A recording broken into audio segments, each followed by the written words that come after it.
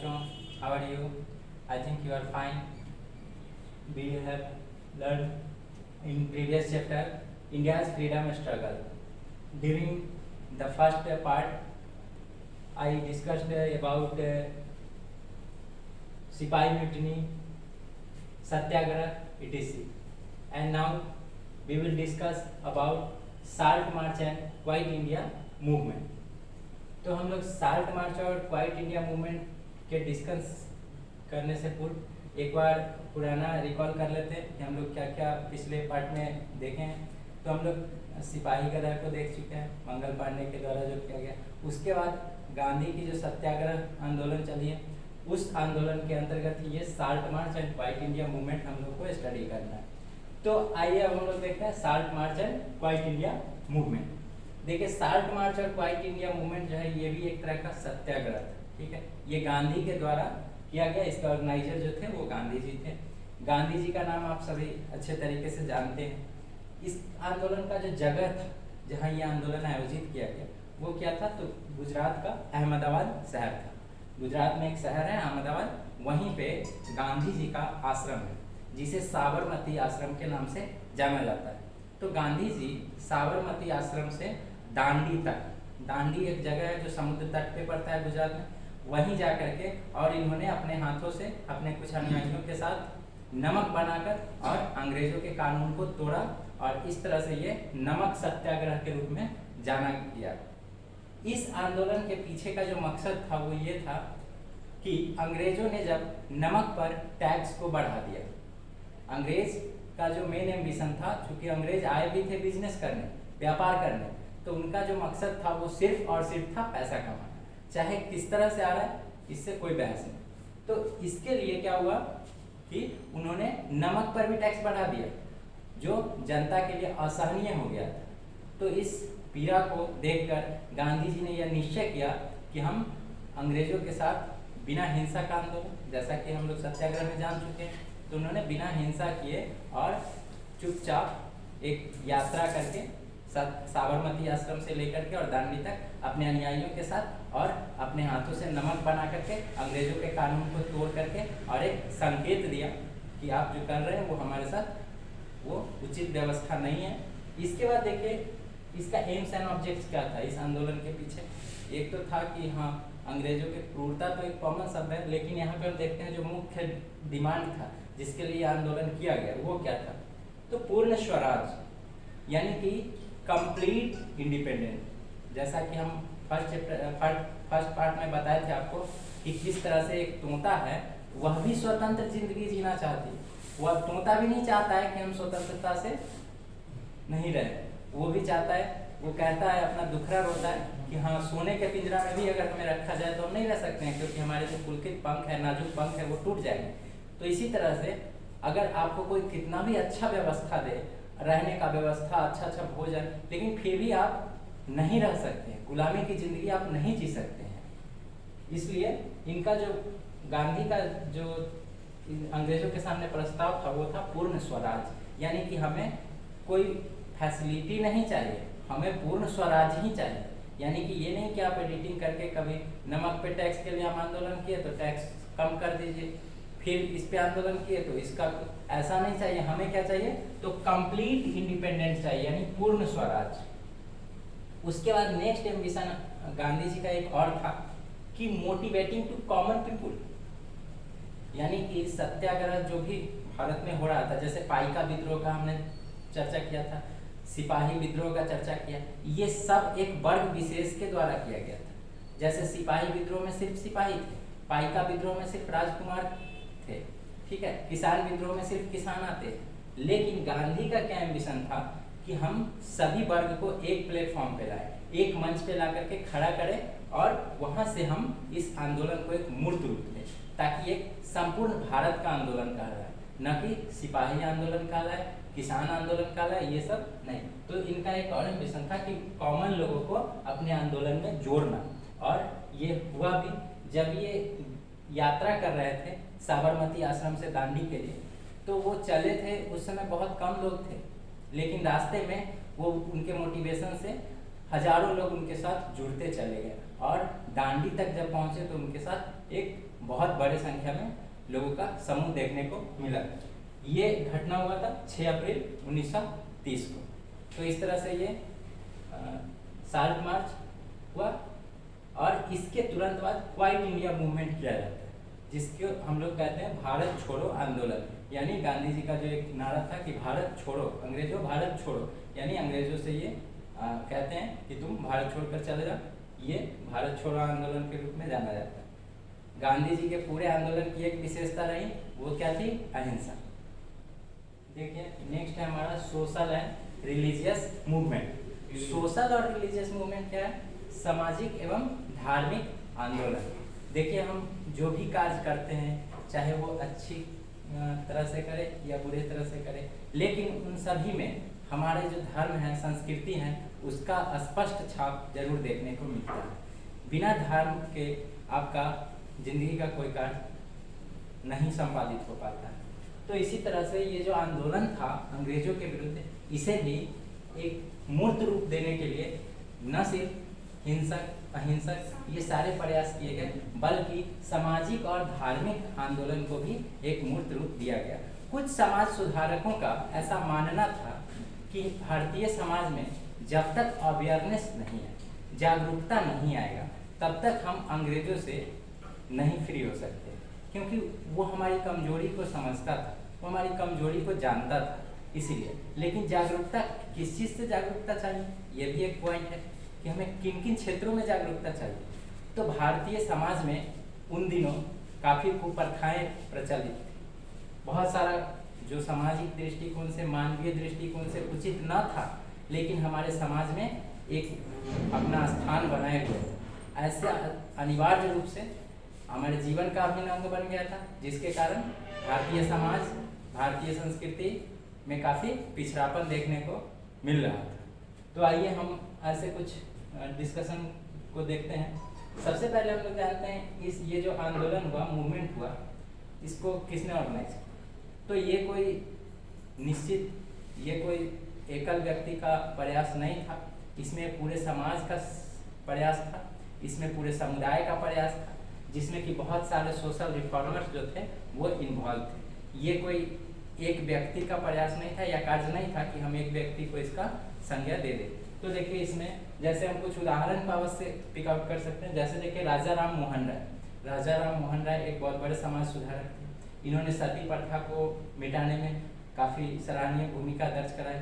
उस जमाने में सती प्रथा हुआ करता था, जब किसी महिला का पति मर जाता था और महिला अगर विधवा हो गई तो ऐसा नियम था कि महिला को भी जिंदा उस चिता के साथ जला दिया जाता था, उसके पति के साथ। तो ये था सती प्रथा।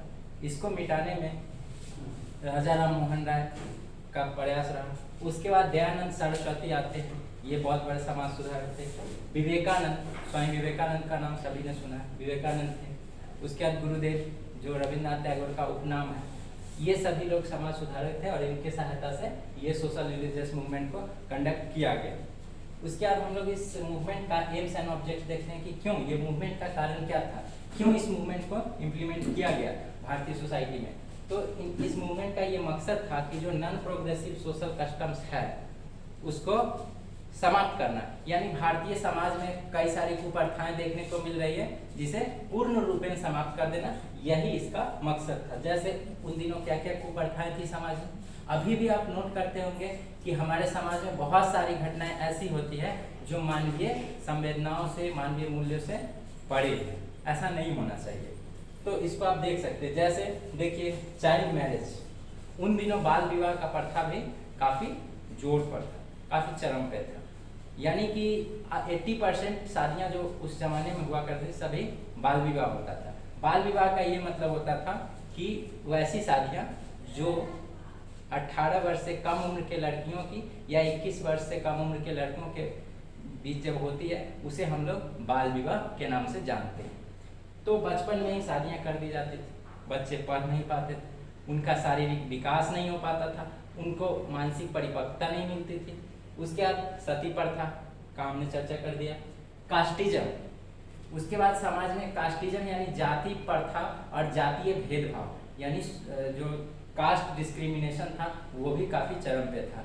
जो कुछ लोग उच्च जाति के लोग निम्न जाति के साथ घृणा करते थे, निम्न जाति वाले उच्च जाति के साथ घृणा करते थे, तो ये सब काफ़ी देखने को मिलता था।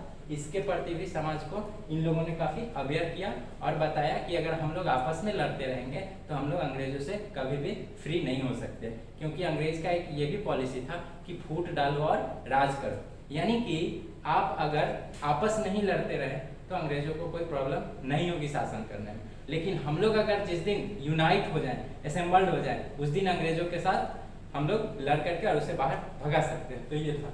उसके बाद फीडबैक देखें इस आंदोलन का हम लोग की, ये फाइनली जो सोशल और रिलीजियस मूवमेंट रहा, इसका क्या परिणाम हम लोग को मिला। तो इसका परिणाम काफ़ी सक्सेस रहा और काफ़ी पॉजिटिव परिणाम भारतीय सोसाइटी को मिला, भारत को मिला, और इसके परिणाम स्वरूप एंड में भारत पूरे रिवॉल्यूशन को, पूरे मूवमेंट को, पूरे स्ट्रगल को हम लोग देखने के बाद अब फाइनली इस स्टेज में पहुंच रहे हैं कि इंडिया क्या होता है, इंडिपेंडेंस होता है, यानी भारत पूर्णतः आज़ाद हो जाता है। ठीक है, यहाँ से हम लोग इंडिपेंडेंस अपने आप को कह सकते हैं। तो इंडिपेंडेंस होने के लिए हम लोगों ने कितनी आज़ादी की कीमतें चुकाई आप लोग देख चुके। इस दौरान बहुत सारे लोगों की निर्मम हत्याएं की गई, फांसी चढ़े, भगत सिंह, राजगुरु, सुखदेव जैसे बड़े बड़े क्रांतिकारियों को फांसी की सजा हुई। तो ऐसा अनगिनत नाम है भारतीय इतिहास में, जिसको आप लोग कभी मौका मिले तो उनकी जीवनी को पढ़ सकते हैं। लाइब्रेरी में जाते हैं तो आप लोग उनकी जीवनियों को खोजिए और पढ़िए। देखिए, अब हम टाइमलाइन में एक बार देखते हैं इंडिपेंडेंस को। तो 15 अगस्त 1947 को अंग्रेजों ने भारत छोड़कर जाने की अपनी योजना को अंजाम दिया।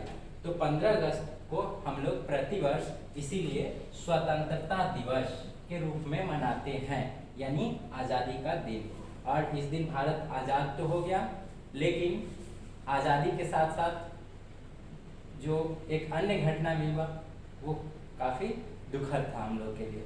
इस समय क्या हुआ कि पाकिस्तान को भी अलग कर दिया गया, यानी भारत और पाकिस्तान, जो उस समय एकमात्र भारत हुआ करता था, तो भारत के कुछ क्षेत्र को काट करके और पाकिस्तान का हिस्सा बना दिया गया, यानी एक देश को दो देशों में विभक्त कर दिया गया।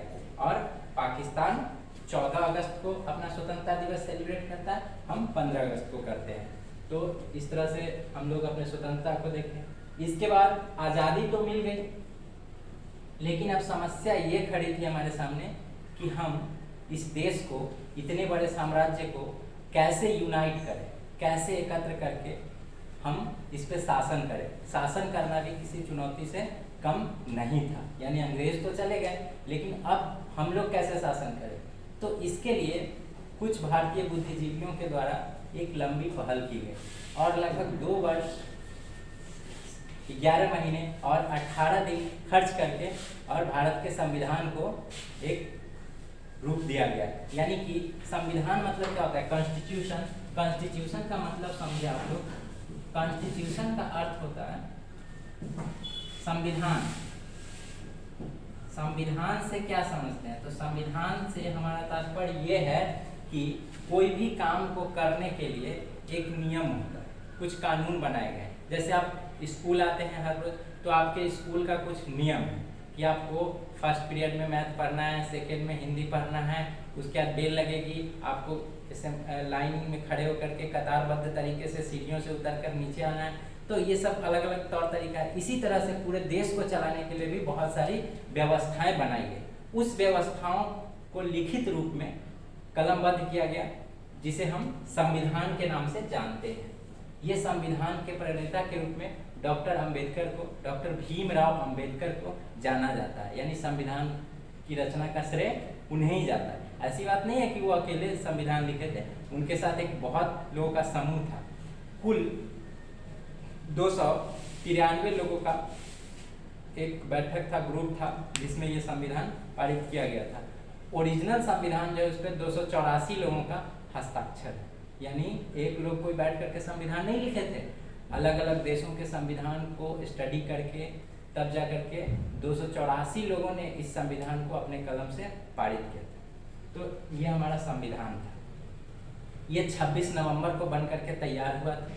इसीलिए प्रत्येक वर्ष 26 नवंबर को हम लोग भारतीय संविधान दिवस के रूप में मनाते हैं। ये संविधान 26 नवंबर को तो पारित हो गया था, लेकिन संविधान को लागू किया गया देश में, यानी कि संविधान बन करके तैयार था और लागू किया गया, वो दिन क्या था? 26 जनवरी 1950, यानी कि 26 नवंबर को संविधान बन गया फाइनली। उसके बाद 26 जनवरी 1950 को क्या हुआ? पूरे देश में संविधान लागू कर दिया गया कि आज से देश में जो भी कार्य संपादित होगा वो इसी संविधान के रूप में होगा। तो इस तरह से हमारा संविधान निर्माण होता है।